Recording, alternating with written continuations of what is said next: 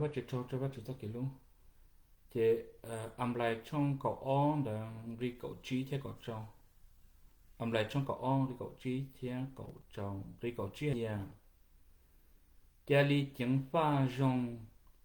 chỉ cho gia lên từ bả và chỉ cho cái lú chứ chỉ cho mua từ gia yết tờ tua chỉ cái tiếng là theo ở trong đầu lên phía chỉ hú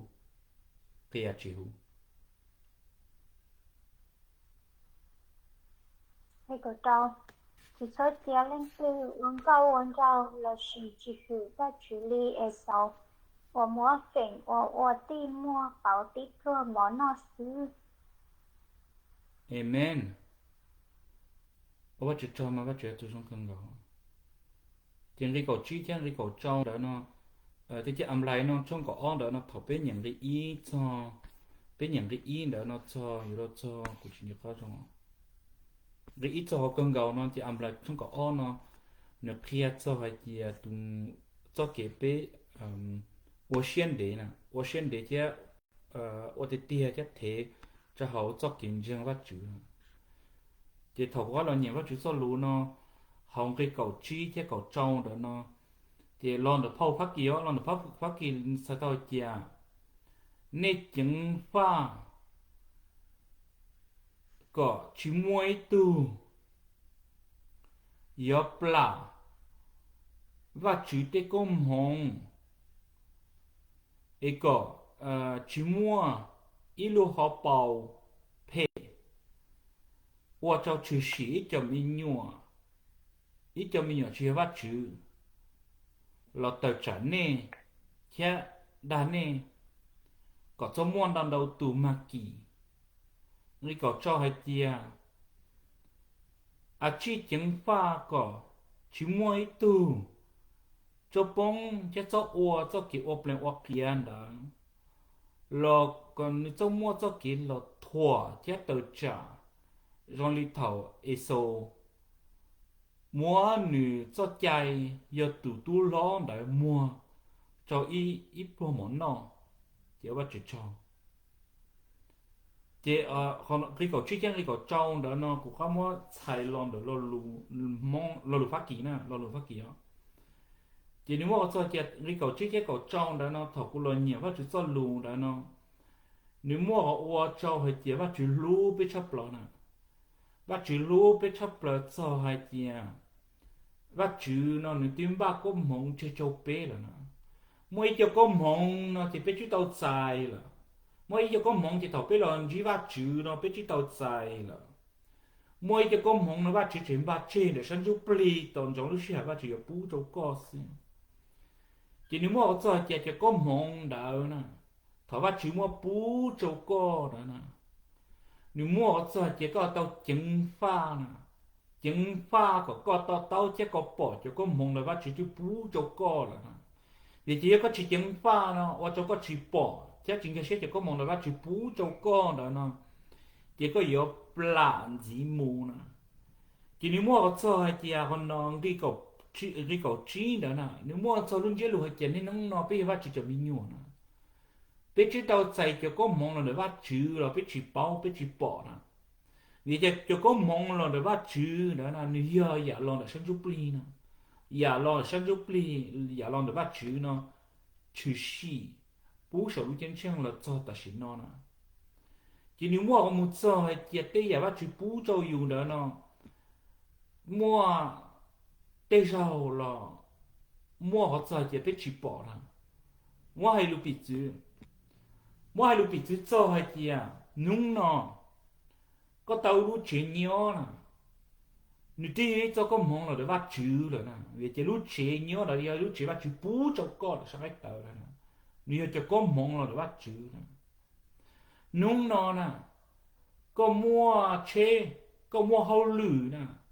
dàn đạo nó nếu có mong là để bắt chữ nè thì nếu mà cho cha lú chế cho hậu lử đó nó nên nó bé chỉ bỏ cho nó có mong vì hay chia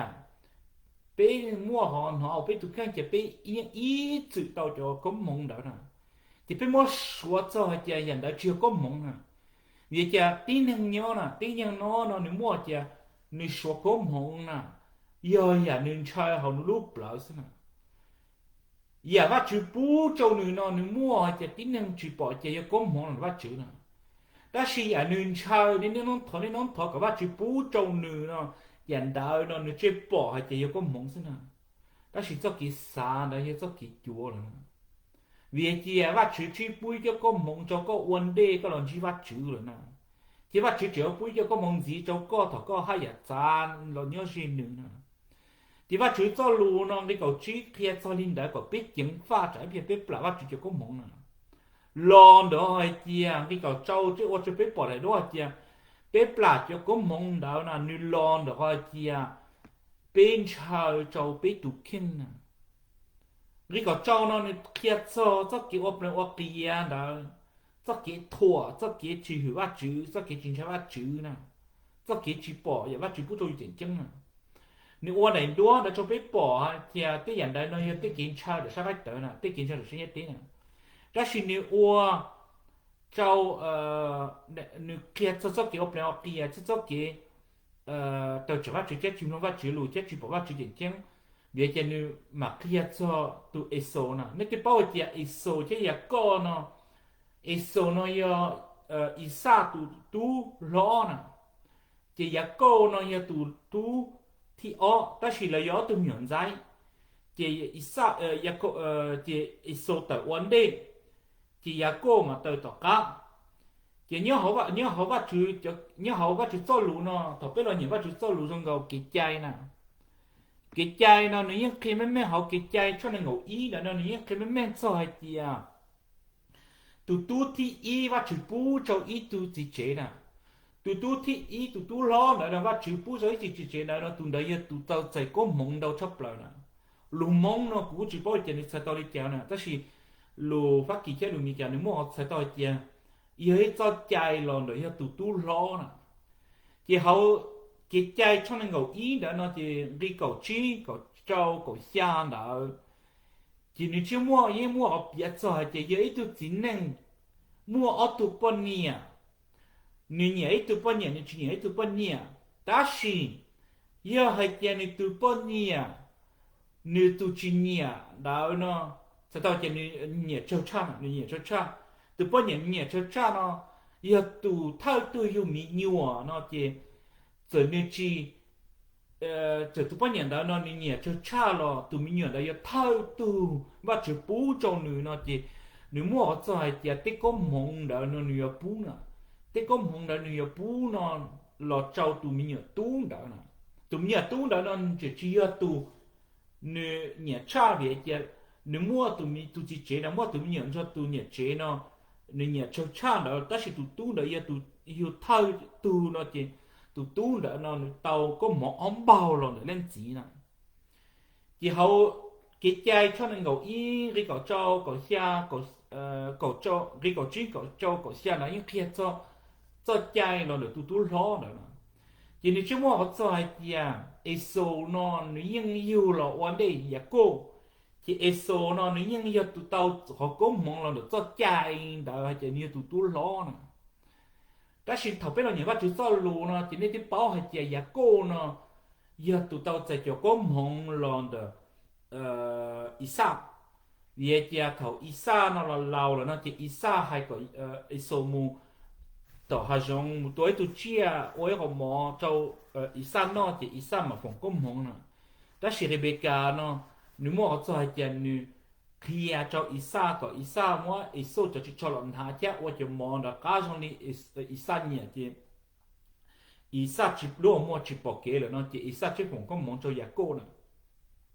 thì hiện đại nó những chữ sĩ lo được ý á chị thọ biết là sao phải bắt chữ cho lù nó thì như hậu chữ sĩ cho nên gọi chi đó nó ghi nên gọi chua đó cho biết cho plau chữ sĩ cho nên gọi chua thì biết chữ sĩ cho nên gọi chi chữ sĩ cho nên gọi chi nên gọi chua cho biết cho plau đó biết mà bỏ hay chia thầu nhà cô chỉ ta tàu qua yêu món nó hậu chế chỉ eso nó người khác lo được tế chỉ người xa hàng thầu là chỉ người biết nhau chỉ eso chứ hay châu giá có ai kia thọ có kia cũng nó mình gì cho mòn đã cho rau mòn đã có ua vì chỉ cũng xa thầu là chỉ người biết nhau ý chỉ giá có chứ hay kia có mua cho chạy và tụi tôi lo mua cho cụ chỉ người biết nhau o nó chỉ eso chứ hay kia giờ lý chia là cũng như nhiều tua cho chạy và tụi tôi lo nó yên ba chỉ tàu của chỉ biết cho biết chỉ có chứ hay chia cho lũ trâu của hay chia ổn định hay chia có nhiều mua có cho cái chạy có cho chạy giờ tụi tôi lo cho cụ chỉ giờ nên cái biết cho plau nó chỉ nó cái biết cho biết chỉ số trên mua cho chạy là lo chỉ biết cho plau chỉ giờ cô trên mua cho có chi chết cho rau mò đó trâu số nó chỉ thầu số nó ta chỉ số bài rồi chỉ số trên mua họ pin rú cho chạy tụi tôi lo nè bây giờ yên bỏ chỉ họ chỉ sử cho nên cái chi đó nó đi nên người chua cho biết cho plau nữa nó nói khác câu đi cho bé nếu kia cho bé thế này qua cho bé bỏ để đua đó hay chia isan nó iso nó nếu yêu là vấn đề isan à iso yêu vấn đề isan đó nó có biết cái sinh hoạt gì họ iso yêu vấn đề isan đó nó nếu yêu và chủ yếu tụi chỉ rồi chỉ nếu chúng ta cho hay chia iso nó nếu chúng ta giải bắt chủ có mong lo đó hay chia iso nó nếu tụi tôi lo đó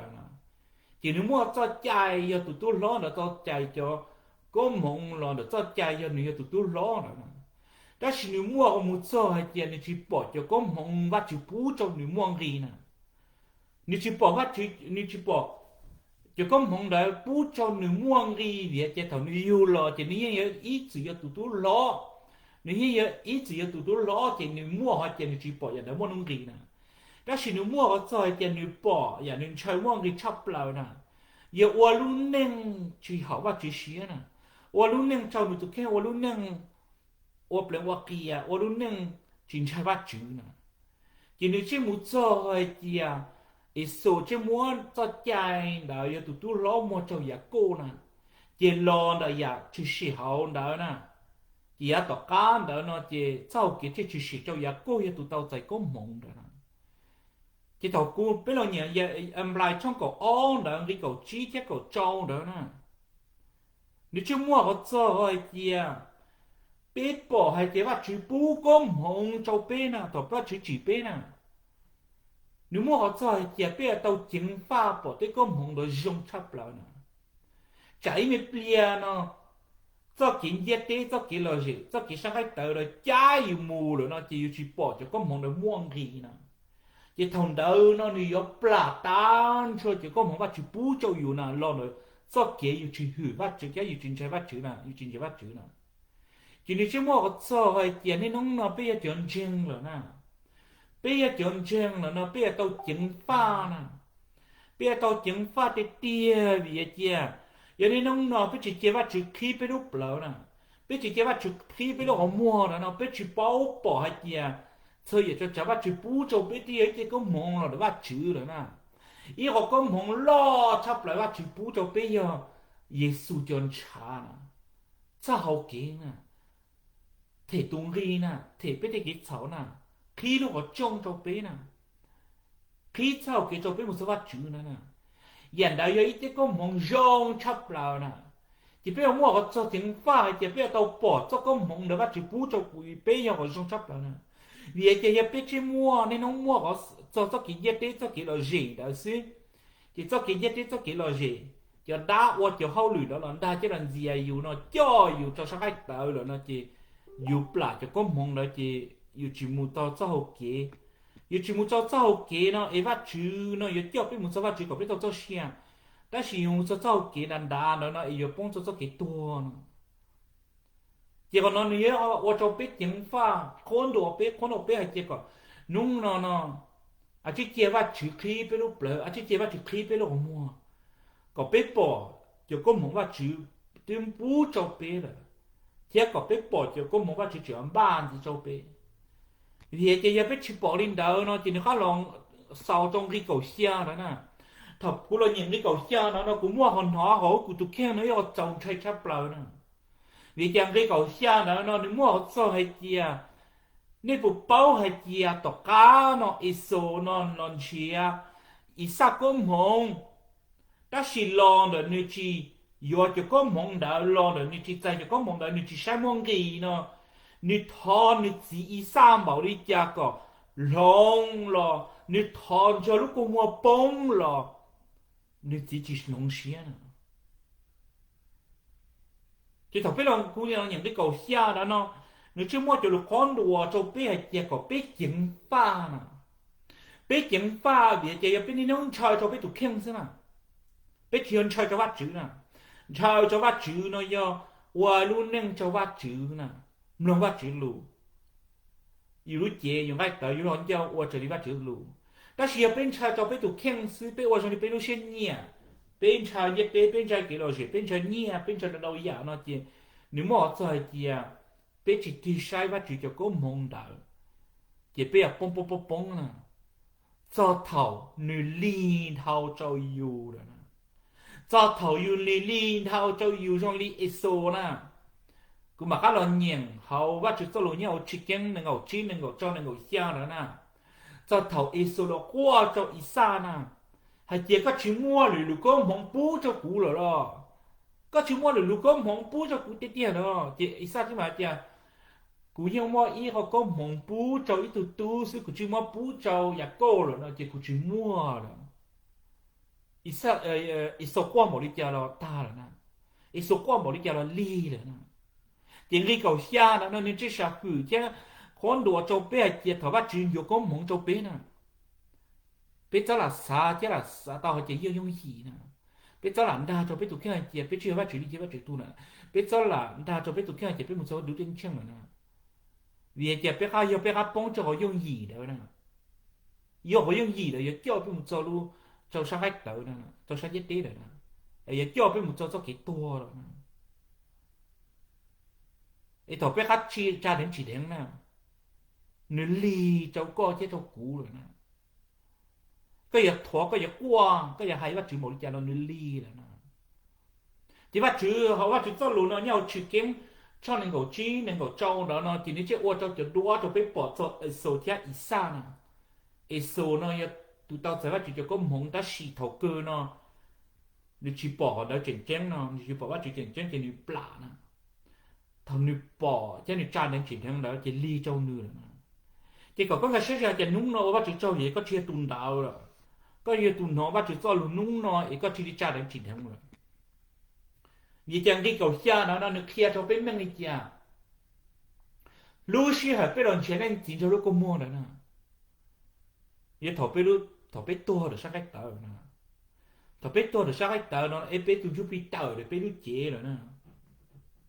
lúc xưa hay nó có bông cho lúc tờ lúc tua rõ nữa nè lúc xưa nó có bông cho có thời gian chấp lại nó có lúc có mua bông nữa nè có hồ lên chỉ bảo đi kia là ly cho co rồi nè chỉ nếu mà chơi thì chính phang, ở chỗ cho sao về thì thật của nó nhiều, và chỗ cho luôn non cái cầu chỉ cầu cho cầu xa đó nó, của chỗ mà còn nó thì của nó hay ở bên là lụt sâu bên luôn hay thì có biết chính phang cái tia về thì, giờ biết chính phang cái tia đó nó thì, bây giờ plà cho con mong và chỗ thứ ba cho biết nó, thật biết plà là nó thì ly cho biết à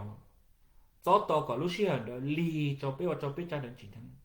ta chỉ nung nó có bỏ vào chữ sao lù có bỏ cho đua đó nó vào chữ cho có bỏ cho ít số chỉ cô đó nó chỉ có chữ cha đến chỉ thằng giờ tụi chỉ làm chia cái lòng nó vào chữ lù tại nó có mong chỉ tao cho xem để một số ít chỉ vào chữ cho vào chữ tụi chúng con ngầu amen amen có bộ mua chơi hình gì không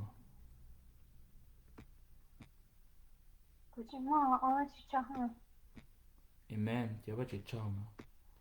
Bắt chước cho chúng con cầu. Hallelujah. Amen.